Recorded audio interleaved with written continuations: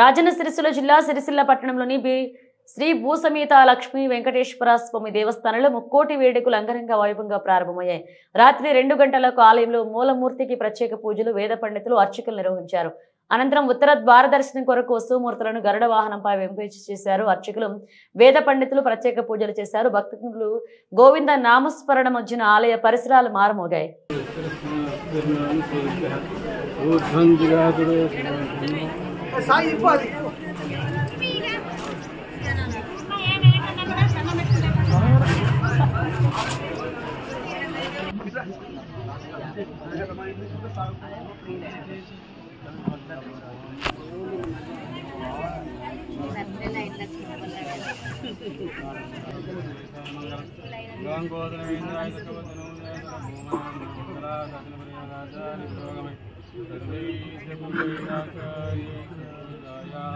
మంగళం లక్ష్మీ వెంకటరమణ గోవింద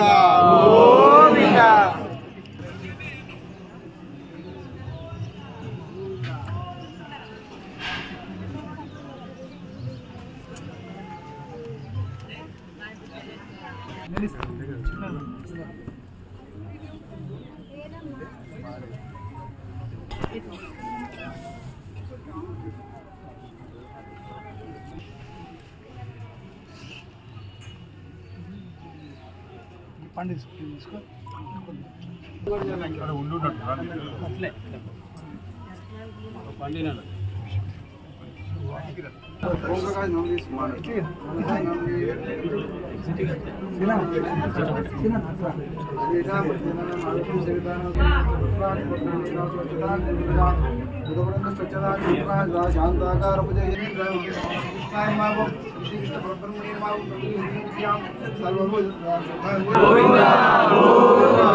శ్రీనివాస గోవింద శ్రీనివాస గోవింద శ్రీ వెంకటేశ గోవింద.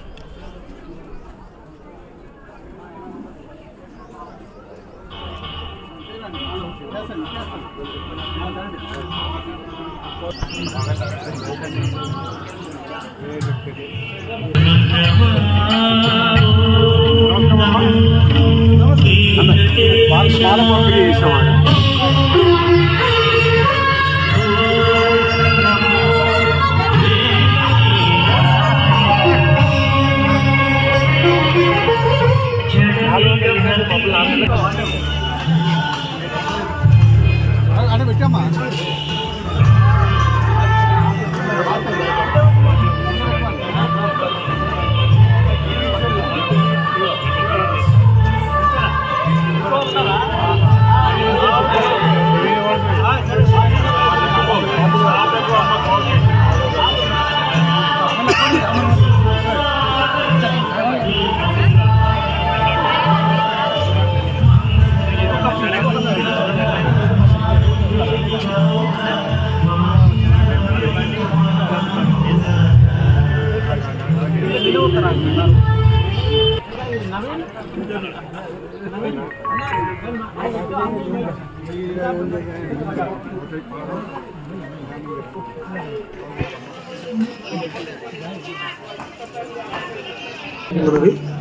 భక్తులందరూ వేడి వేడి పాలను స్వీకరించడానికి మనవి.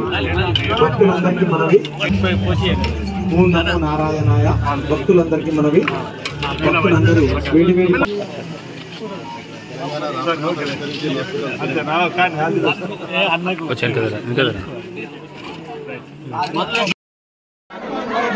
ఎంతమంది భక్తులు వాళ్ళందరికీ అవకాశం ఇవ్వాలి. మంచి దర్శనం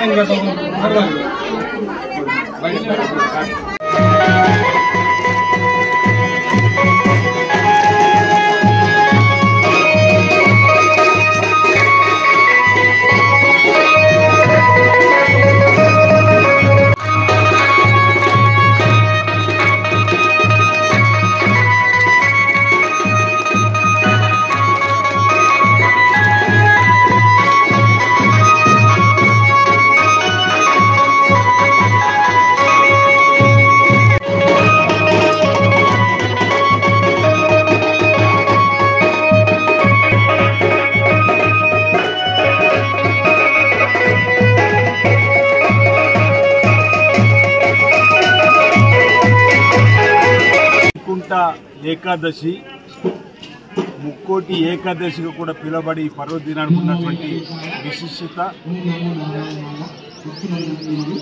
ప్రపంచవ్యాప్తంగా కూడా మన దేశవ్యాప్తంగా కూడా వైష్ణవ ఆలయాల్లో ఉదయం 2:30-3 గంటల నుండే ఉత్తర ద్వార దర్శనం కొరకు భక్త జనవాళ్ళంతా కూడా ఎదురు చూస్తూ ఉత్తర ద్వార దర్శనంలో స్వామివారిని దర్శించి ధరించినటువంటి భక్తులందరికీ కూడా ఈ ప్రాంత శ్రీ వెంకటేశ్వర స్వామి ఆలయంలో కూడా ఉదయం 2:30 నుండే భక్తుల సంఖ్య పెరిగి శ్రీ వెంకటేశ్వర స్వామి వారిని దర్శించుకునేటువంటి సందర్భం.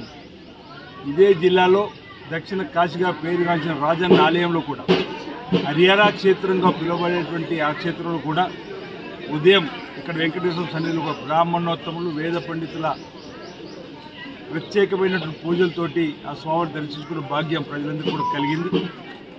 హరియారా క్షేత్రంలో అయితే అటు శ్రీ లక్ష్మీ అనంతపద్మ స్వామిని ఆ పార్వతీ పరమేశ్వరుని కూడా దర్శించుకునే భాగ్యం కలిగింది.